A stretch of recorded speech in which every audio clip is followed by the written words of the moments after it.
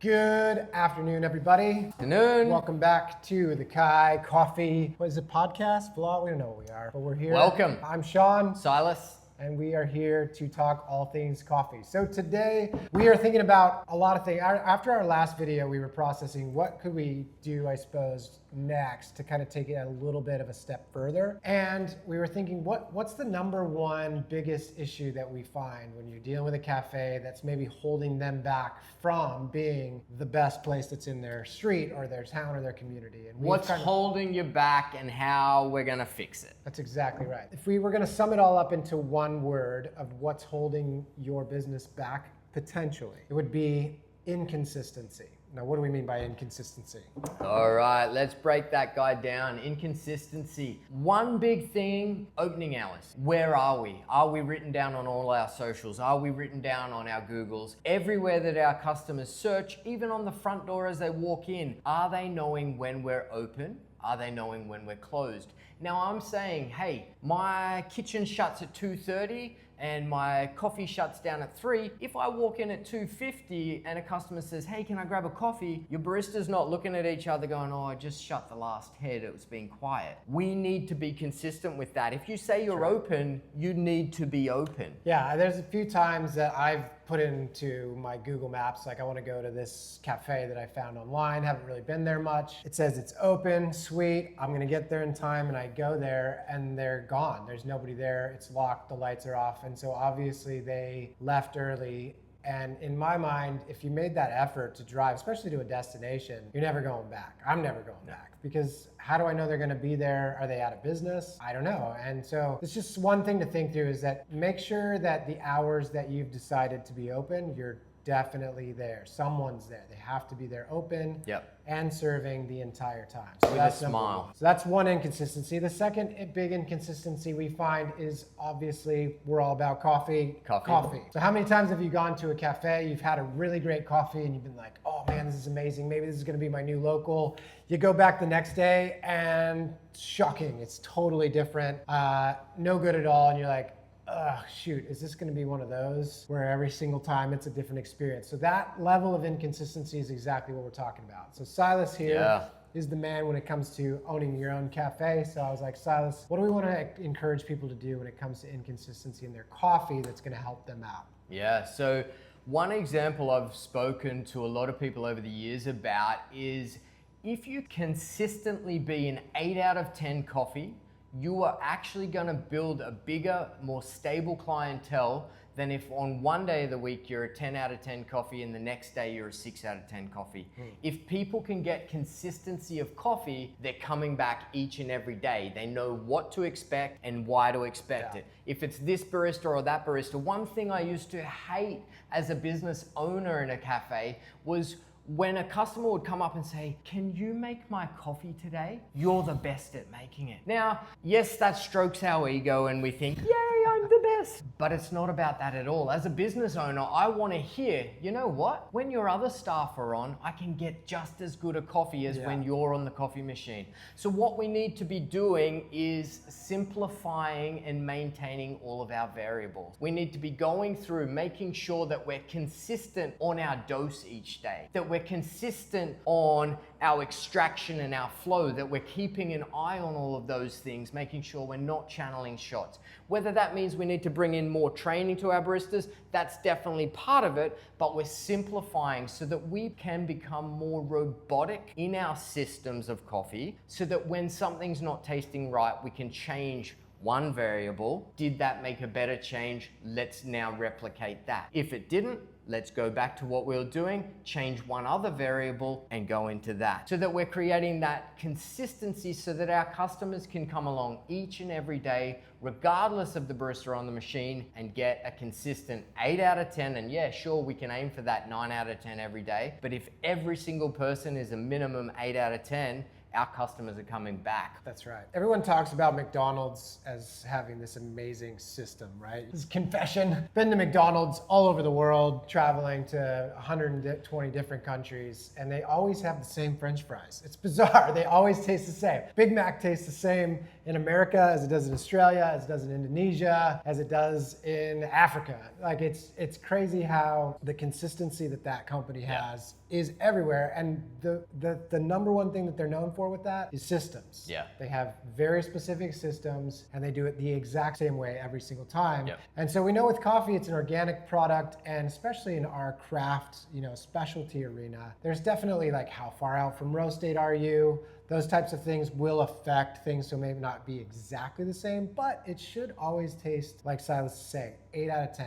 8 out of 10 consistency every single time. So it might just mean you need to call a staff meeting every couple of, once a week for 20, 30 minutes and just brush up on one skill. Make sure, is everyone tamping the same? Is everyone distributing the same? Is everyone using the scale and weighing the same dose? Like just doing some of those things that Silas is talking about to just check with your staff and see that everyone is doing the system that you want them to be doing. So that's huge. And sliding into that one, we've got our recipes as well. Is everyone doing the exact same thing? Yes. If this is my vessel, does every single barista put the exact same amount of coffee in? Some people split shots, some people do double ristrettos. Now, I'm not gonna go out there and say, this is how you do an 8 ounce, this is how you do have in ceramic cup size. But what I am gonna say is, all of your baristas should do your recipe. They should do your consistent number the same so that we can get that consistency. Yeah, we've had that where they might prefer a split shot over double ristretto. One barista does, and so they start handing out. All your customers suddenly get double ristrettos instead of split shots, and they're like, "Well, this tastes different." It might be didn't better. Clear that with it you. might be worse, Yeah. but they don't know why. Yeah, so you just all need to be on the same page and have that system. So that's number 2. Number 3. Yeah, big one. Creating that environment or the community that we were talking about last week is super important. And that also is something that you can systematize and make sure happens the same way. Now, a few things to think through on this. Number 1, are your customers greeted the same every time? And we were talking about how some people are on their phone and they look up and they're not very pleasant to deal with. But having that like very happy, encouraging, welcoming vibe from your staff to your customers is going to encourage them to come back. And so what is it that your staff are communicating in their body language and how they present themselves that's being communicated to your customers? And that needs to stay the same. One thing I learned early on in business, going from, branching out on my own and going out into the real world, was that you need to leave your problems, your personal problems, at home when you get to work. Because when you get to work, you're there to work. And I know that's hard. Sometimes you're really going through some difficult things. And hey, that's maybe a good time to take up some of that annual leave. But if you're at work, you gotta work. And you gotta have that enjoyable presence, because if you're there and talking to the baristas, if you're there and you're in a super foul mood, you're actually detracting from your owner's profitability, which is a bummer. And you don't want to lose your job because you're having a bad day, but you gotta box it off, put it to the side. I'm at work, I'm gonna deal with that problem or that issue when I get off of work, but for right now, I'm gonna focus. And one big thing to even think about with this, and I've spoken with my employees over the years as well, is to know that we're not being fake when we put our own problems aside. We're not actually doing that. We're actually here to give a good environment. We're here to give good service. So when we put our own emotions at the door and say hello with a smile on the face, we're not actually ignoring the fact that we're going through something. We're actually just creating an environment for someone else, which is our customers. Now, we don't know what they're going through either. And our job is to create that good time for them, that consistent environment where they can have a whole heap of fun.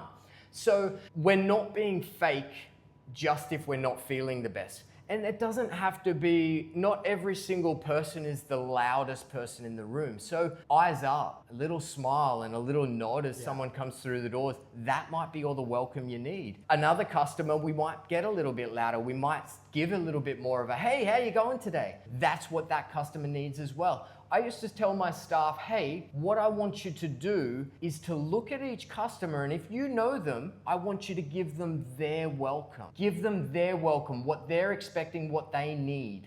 And if we can do that, hey, we're miles in front of everyone else. And that's even before we've taken their money, taken their order, sat them at their seats, or taken them a coffee at all. It's just with our literal welcome. Hey, how you going? So we're leading with that because we think that's probably the most important, but a few other things that you should really process as an owner and also with your team in a staff meeting is things like cleanliness. How often are you sending someone out to wipe down all your tables, clear up all the coffee cups and things like that? If you've recently had someone in or a mom's group and there's like lots of kids, like maybe you need to run over with a vacuum and just make sure there's no crumbs or things, because one of the biggest deterrents for people is cleanliness. When they go into a cafe, or maybe go into, dare I say it, a bathroom, and it's destroyed, and they're like, I'm never going there again because I'm so disgusted. I don't care how good the coffee was, I actually got grossed out, and so I'm never gonna be able to go there again. How many times have you been sick and you eat something and then you never wanna eat that? It was like maybe your favorite thing, and then suddenly you were sick and you ate it and you were just like, oh, and then when you go back to eat it again one day, you're like, it's ruined, yeah. Similar thing with cleanliness. If you go to a cafe, might have a great coffee, but there was maybe like something really gross in the bathroom, or it was messy on your table, and so you might be thinking, as good as that was, I'd rather go somewhere that I just know is going to be clean. And this one doesn't take too long at all. This is one thing about making awareness to our staff. So that might be in a 20-minute or a 5-minute pre-meeting before a shift starts. It's like, hey guys, today what I want us to focus on is greeting all of our customers. When we get our coffees out, as soon as you've caught up to all the coffees, I want player A to run out, scan all the tables, clear whatever they can. Player 2, you start resetting the coffee machine, back flushing, obviously no chemical during service, and tidying up that area. Player number 3, go through the back, make sure that the chefs have all clean dishes again, ready to roll again for our next rush. Instead of, as soon as we've caught up on coffee, check our phone. Nah, that's not what we're doing. Play A, play B, play C. That only takes 3 minutes, and it's all done by a 5-minute hustle and huddle before shift starts. So good. I think what we're basically boiling all of these things down to is systematizing your day, your workplace, your coffee and how you're making it, even your hours, so that it's always going to be the same every single time. There's clear-cut expectations. Great thing for you as an owner, if these are clearly written out and given to your staff, then you have a great way to hold them accountable. Like, hey, this was kind of like very clearly described to you when you joined us up with us, is that we need those bathrooms cleaned every 30 minutes or once an hour, or whatever your timeline is. Can you go ahead and do that? And then it creates that conversation, and they get into the rhythm of it, and then suddenly you don't have to communicate anymore. It's just getting done because they know, hey, this is expected of me. I get the system. This makes a ton of sense. So it's a couple things from us for today. Hope that's fun. We want to dive deeper into, I think that workflow issue would be really cool. How do you build a team around a bar, specifically an espresso bar, and have that consistency rolling all the way through from ordering to the handoff to the customer? So make sure you like and subscribe this video. Hit that little bell at the top so that when that video comes out, you'll know about it. Yeah, and if you've got anything else that you want us to talk about, anything that you want us to delve deeper into, write it in the comments down below as well, so that we can even formulate something in our thoughts and opinions from our many years of experience in this coffee game too. Yeah. Catch you next time. Thanks, guys.